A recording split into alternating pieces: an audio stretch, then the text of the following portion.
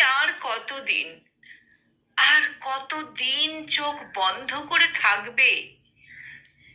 সদ্য বেড়ে ওঠা ফুল বোঝে না বিভিন্ন অছিলায় পুরুষার্থের বিভিন্ন রকম ছোঁয়া।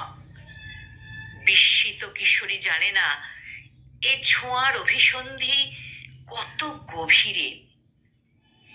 কোচিং ক্লাসে, ভিড়ে ঠাসা বাসে, ট্রেনে, অসহায় অবস্থায় বিভিন্ন বয়সের পুরুষ বিভিন্ন রকম ছোঁয়ায় লাম্পট্য প্রমাণ করে।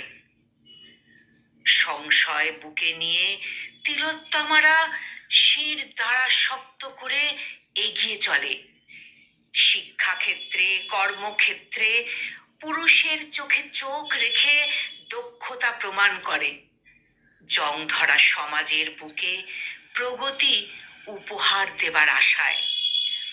দিকে দিকে কা পুরুষের পাশবিক পৌরুষ জেগে ওঠে যখন তখন। ধর্ষিত হয় তিলোত্তমারা। জঘন্য হত্যার সাক্ষী থাকে সভ্যতা। ভাঙা চোরা মনে যেসব ফুল বেঁচে থাকে, বেঁচে থেকে তারা প্রতিদিন মরে, তারা প্রতিদিন মরে। মেয়ে হবার গ্লানি আজীবন বয়ে বেড়ায়। আধুনিক সভ্যতাকে ধিক্কার জানায় তার অন্তরাত্মা। হে মাধব, তুমি কোথায়? কৌতূহলী হস্তিনাপুর, বোবা কালা উল্লাসে ফেটে পড়া দুর্যোধন দুঃশাসনের হাত থেকে দ্রৌপদীকে বাঁচিয়েছ ভরা সভায়। দ্রৌপদীর জন্য যা পারো এ যুগে তিলোত্তমাদের জন্য কেন পারো না? কেন, কেন কেশব? চোখ খোলো সারথি, আর কতদিন তিলোত্তমারা লোলুপ পুরুষের শিকার হবে? প্রকট হও হে মধুসূদন, প্রকট হও।